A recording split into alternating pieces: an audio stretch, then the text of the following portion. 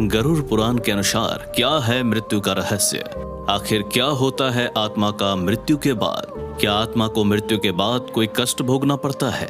गरुड़ पुराण एक ऐसा ग्रंथ है जिसमें जीवन और मृत्यु की हर सच्चाई का ब्यौरा तो है ही, साथ ही इस बात का भी उल्लेख है कि मृत्यु के बाद आत्मा किस तरह और किन किन हालातों से गुजरते हुए यमलोक तक पहुंचती है।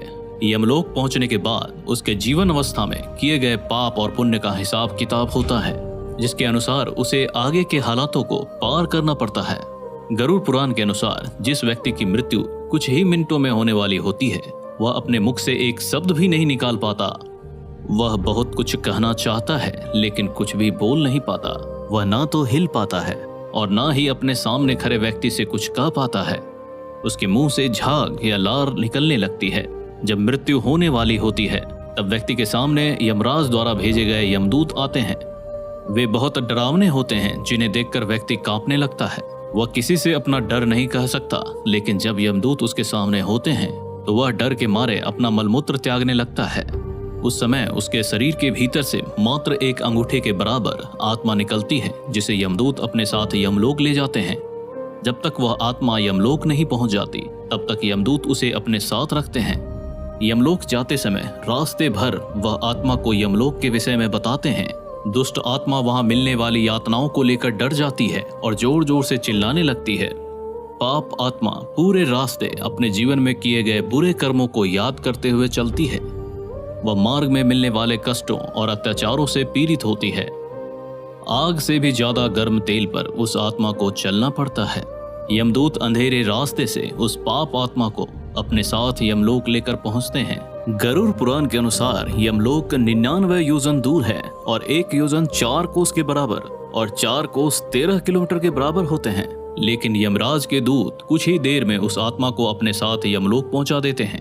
यहाँ पहुंचने के बाद यमदूत उसे यमराज के सामने प्रस्तुत करते हैं। यमराज उस आत्मा को उसके द्वारा किए गए पापों के अनुसार सजा देते हैं।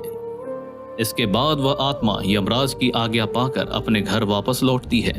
घर आकर आत्मा अपने शरीर को वापस पाने का आग्रह करती है। मृत्यु के पश्चात परिवार वाले पिंडदान और ब्राह्मणों को भोजन तो करवाते हैं, लेकिन पापी आत्मा को उस दान पुण्य से तृप्ति नहीं मिलती। भूख और प्यास से बिलखती हुई वह दोबारा यमलोक पहुंचती है।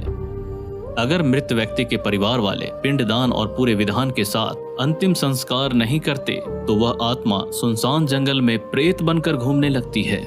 गरुड़ पुराण के अनुसार मृत्यु के बाद 10 दिन तक पिंडदान अवश्य किया जाना चाहिए। प्रतिदिन किया जाने वाला पिंडदान 4 भागों में विभाजित होता है। 2 भाग पंच महाभूत देह को पुष्टि देने वाले होते हैं, तीसरा भाग यमदूत और चौथा भाग आत्मा का होता है। 9वें दिन पिंडदान करने से आत्मा का शरीर बनने लगता है और 10वें दिन पिंडदान करने के बाद आत्मा को चलने की शक्ति मिलती है। शव के दाह संस्कार के पश्चात उसमें एक अंगूठे के बराबर आत्मा निकलती है, जिसे यमदूत अपने साथ यमलोक ले जाते हैं, जहां जाकर वह अपने जीवन में किए गए पाप कर्मों का दंड भुगतती है। करीब 47 दिनों तक चलने के बाद आत्मा यमलोक पहुंचती है। वीडियो अच्छा लगा हो तो लाइक करना ना भूलें और ऐसे रोमांचक वीडियोस को देखने के लिए चैनल को सब्सक्राइब भी कर लें। धन्यवाद।